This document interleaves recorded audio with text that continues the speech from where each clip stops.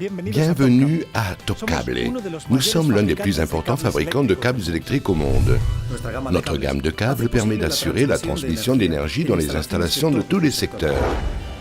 Toute notre technologie se concentre sur le développement et la production de câbles électriques de la plus haute qualité. Elle est garantie par les institutions certificatrices les plus exigeantes et reconnues dans le monde entier. Dans ce vidéoblog, nous allons vous expliquer comment est fabriqué un câble électrique.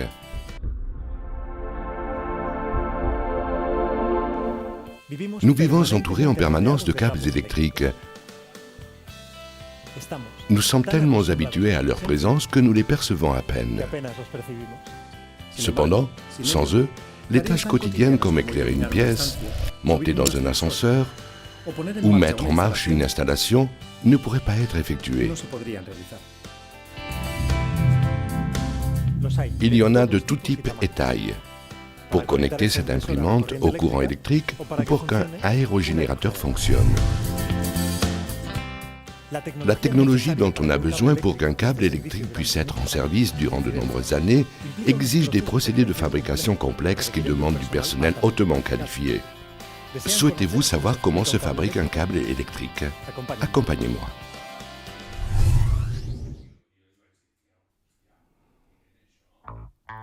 Les composants de base d'un câble électrique sont un conducteur et une isolation. Le conducteur conduit le courant et l'isolation électrique maintient le flux électrique dans le conducteur. Le câble peut intégrer en outre d'autres protections supplémentaires pour protéger son intégrité et augmenter ainsi sa vie utile.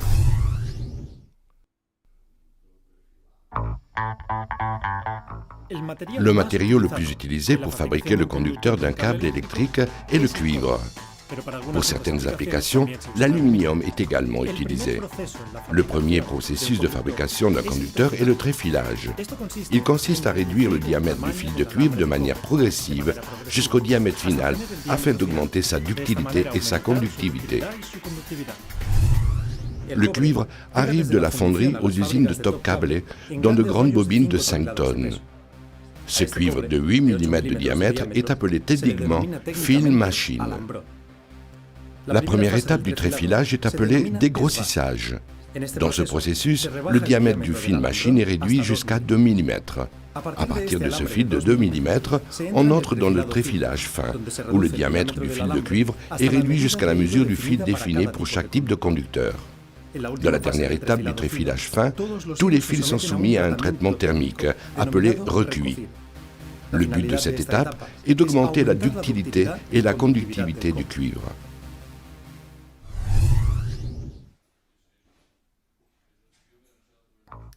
Après le tréfilage, les fils de cuivre cuits obtenus sont regroupés afin de former les conducteurs. Ce processus s'appelle câblage. Dans le câblage, on compose des conducteurs avec des sections très différentes. Par exemple, aussi bien une section aussi petite que 0,5 mm que d'autres de 240 mm, 400 mm ou plus, pour des circuits de grande puissance. En fonction de la section de chaque conducteur, les câbleuses utilisées dans le processus varient.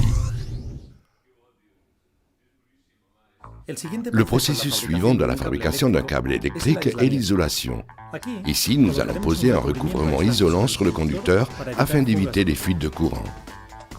Dans ce processus, le matériau d'isolation est fondu et s'applique sur le conducteur en continu afin d'éviter la fuite de courant. Les matériaux d'isolation peuvent être de différentes natures, PVC, EPR, XLPE, etc.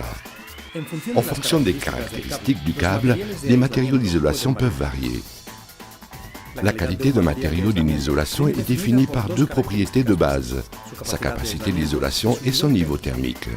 La capacité d'isolation du matériau et son épaisseur détermineront la tension maximale de service du câble. Un matériau d'isolation de meilleur niveau thermique permettra de transmettre une plus grande puissance pour une même section de conducteurs. Toute la longueur du câble est soumise à un contrôle de voltage afin de garantir que la couche d'isolation ne présente aucun défaut.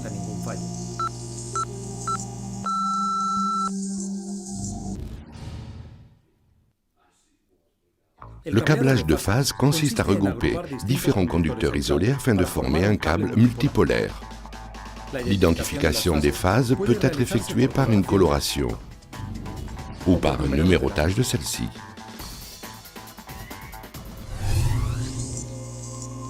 Dans ce processus est également effectué un contrôle de voltage sur toute la longueur du câble fabriqué.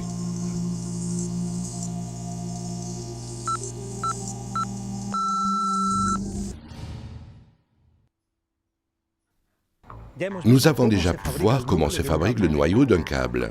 Néanmoins, dans certains cas, des éléments supplémentaires peuvent être requis afin d'améliorer le degré de protection du noyau. Donc, les câbles intègrent des protections métalliques, qu'elles soient électriques ou mécaniques.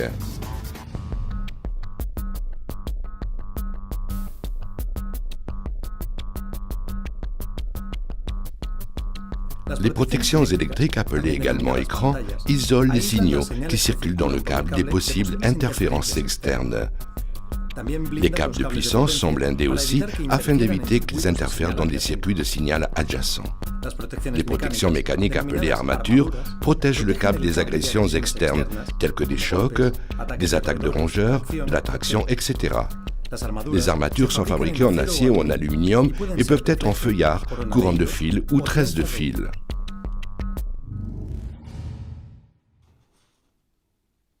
Souvent, les câbles portent un recouvrement polymérique extérieur pour leur protection. C'est ce qui s'appelle enveloppe extérieure.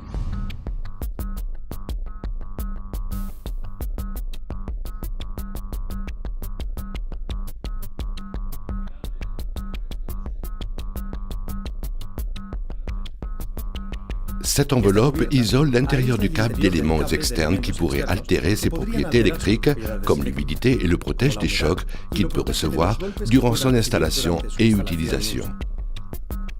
Comme l'isolation, l'enveloppe extérieure peut être thermoplastique ou thermostable. Dans ce processus, comme dans l'isolation, le matériau est fondu et appliqué en continu sur le noyau du câble. Le matériau de l'enveloppe peut être de nature différente en fonction du degré de protection requis, de la souplesse finale du câble, de l'environnement de travail, etc. Pour que les clients de Top Cable identifient correctement le câble, celui-ci est marqué avec les informations les plus importantes: fabricant, dénomination commerciale et celle du câble, nombre de conducteurs, section, norme de fabrication, marquage CE et autres informations intéressantes comme la certification du produit et le marquage mètre par mètre qui facilite le contrôle du stock. Dans ce processus, un contrôle de voltage est également effectué sur toute la longueur du câble fabriqué.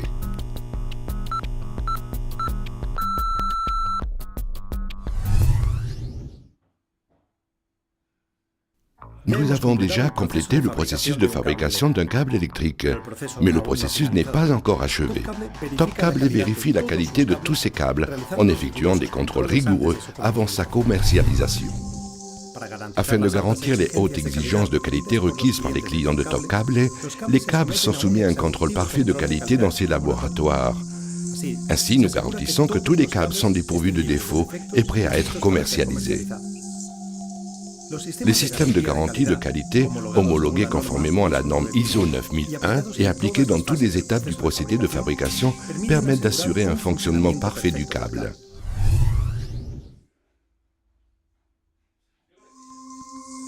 À partir des différents centres logistiques, les commandes clients sont coordonnées et on procède à leur expédition. Notre système innovant de gestion des entrepôts SGE permet de savoir à tout moment la situation du stock des centres logistiques de Top Cable, en garantissant la disponibilité du produit et les délais de livraison les plus courts.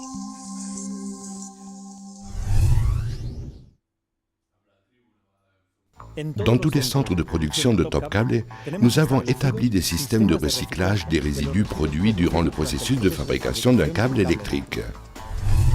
Tous les résidus, aussi bien provenant de câbles imparfaits que de ceux produits durant le processus, sont confiés à des entreprises spécialisées qui les gèrent en les récupérant ou en les éliminant de façon inoffensive dans leur totalité.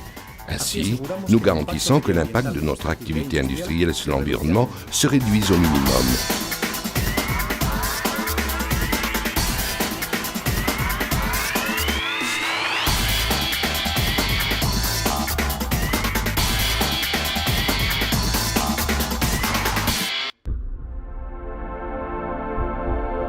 Top Cable, une question de confiance.